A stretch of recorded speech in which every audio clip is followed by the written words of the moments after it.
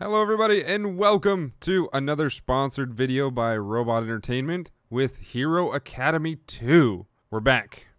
The first few videos you saw some tutorials and some walkthroughs of a couple campaigns. In this video, we're going to be talking about the Council deck.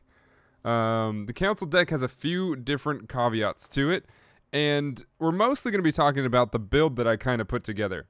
I say kind of because, well, I played with it a bunch, and it is very risky. And some of the things that came to fruition were very accidental. So I tested it out. I played with a few things. I played with the practice bot quite a bit. I played with it online a couple times. The overall strategy of this, or at least the overall feel of this deck, is it's very risky. But if you can get the right payout, it will actually pay you out pretty hard. So I call it the Smash deck, and it's called the Smash deck for a few different reasons. It's got hammers. So the reason I thought of this was because of the fact that hammers do smash damage to buildings. Now, when you think about it, buildings are mostly going to be put on the ground by certain other builds, like actually building builds. Ran into it a couple times while playing online, but it wasn't that prevalent. However, the main reason I put it together was because it does extra smash damage against crystals. So you might think that, oh, all you got to do is rush the crystals and just put a bunch of hammer boys on the ground. Not necessarily, especially because the council doesn't have too many hammer boys. It does have quite a bit, though, and there are lots of ways to get around it. So to go through the deck real quick, I'm going to skip these guys. Actually, no, we'll just talk about it. We got a couple footmen. I have 2 footmen in the deck specifically. We've got an Ionic class. Obviously, he's a smash boy. He's very cheap. For having 4 health, he's very cheap, and it's very nice to have him. There's only one that I unlocked and drew, but he's in there. The Quartermaster, I had 2 in here for a while, but drawing him too many times and just having them in the play is a little bit too much. The reason I have the Quartermaster is obviously because he draws a weapon from your card deck.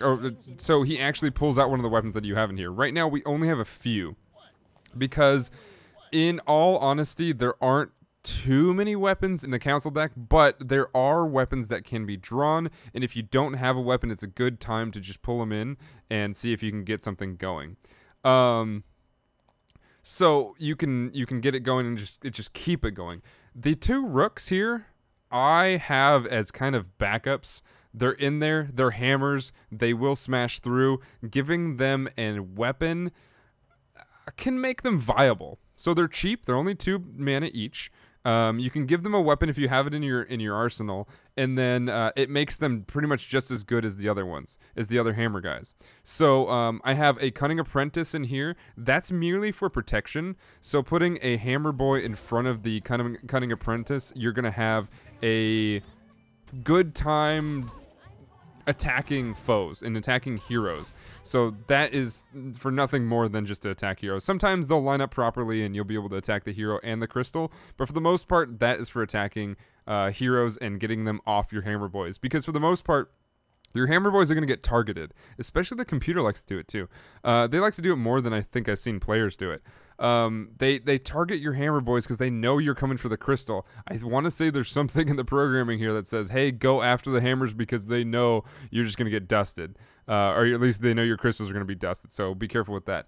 I got a couple of the fighting spirits in here because in a pinch, if you got a straightaway, especially if you have 1 crystal down, a frail with 2 smash will, and if you're able to charge the crystal, you'll be in good shape. Especially if you can corner off the stronger enemies to one corner and then spawning these guys up at the opposite corner, and then just rushing in. The Trumpeter, if you can unlock the Trumpeter, I think it just takes a couple of levels in going into the campaign and doing a couple of things to unlock the Trumpeter. He's real good. He has a stun, so I try to keep him a little bit back until we need to push him in, and then push him in with a stun every now and then. Obviously, he's got 3 health, so he can stun smaller foes. It's not that big of a deal. But the biggest thing is he gives somebody an extra hit, so that gives our deck even more power. The Warsister, 1 and 3. 3 is getting expensive. as far as your heroes go. So there's not too many of these. There's 3 3s, 1 5, and 1 7. These guys are gonna be when you have the upper hand and you can just drop that and go. They do get targeted very quickly, so be careful with those. And the amount, obviously, there's enough RNG in the game where once you draw them, they're pretty much, you know, they're there. So save them if you can, but have them be there, and you'll be in good shape. A couple weapons, not too many. There aren't, like I said, there aren't too many weapons that are absolutely great. I'm actually debating on whether I want to keep the dodge fail in. I'm going to play with it a little bit more, but it is really solid, and it is something that can give your people a little bit of survivability, especially with our powers. I should have mentioned, we have a couple powers. We have Enchant Hammer, and we have Armorous Armor. Armorous Armor, the reason I have that on there, Armorous Armorer, is because it's great against a poison deck. So essentially, if you draw a weapon, or you have, so this is the big thing. If I have a weapon here, it's a heal, right? It's a heal no matter what, but it's a heal because you also have Armorous Armor, which is, as a passive, heal ally heroes for 2 hearts when you equip an ally with a custom weapon. So essentially, if somebody's poisoned or somebody's hurt, and you drop this on them, they will heal, which is also why, even though we have weapons, I only suggest using them when you really need to, because both this combo and the weapons you have will do some healing, so you don't have to actually have too many healing spells with you.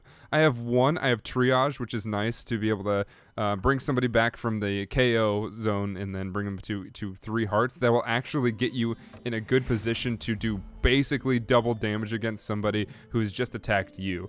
So essentially, if somebody attacks, this has happened before, if somebody attacks one of these high-level guys and kills them, I just bring them right back with Triage if I can, and then just hit them right back. It's double damage because they're going to take damage from my repost and then be good there. So it's good.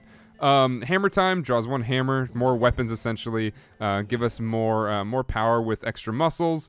Mighty Grip is one of the bigger ones. So the more hammer people you have on your board, which is also a reason to keep them back for a little bit. The more hammer boys you have on your... Oh, I'm sorry. Mighty Grip is to advance the tile. I'll explain that one in a second.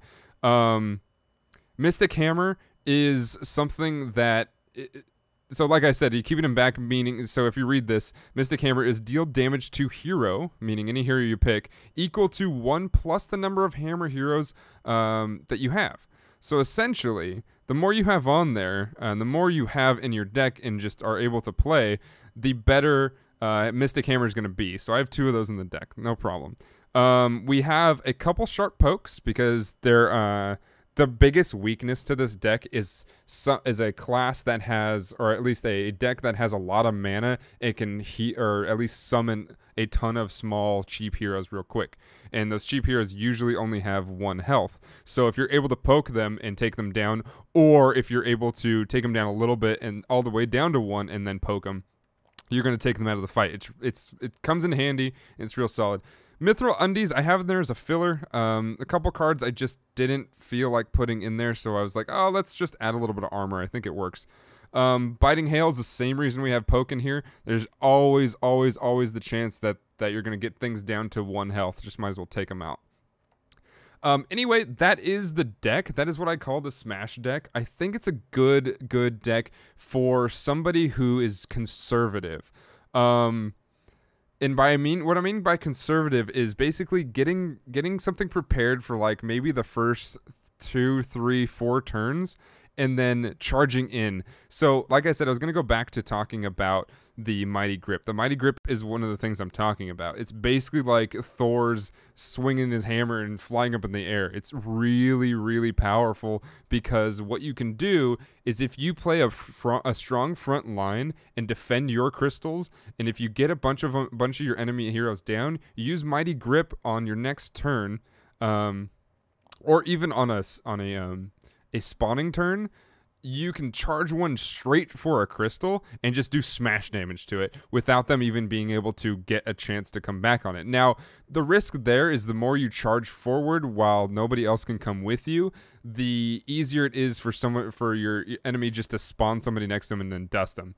The biggest problem I had was legitimately being able to spawn enough hammer guys, because it seemed like every time I spawned one, the enemy spawned, it was mostly CPU that did this, spawned 3 smaller enemies and just wailed and committed suicide with all 3 of those heroes just to get rid of them.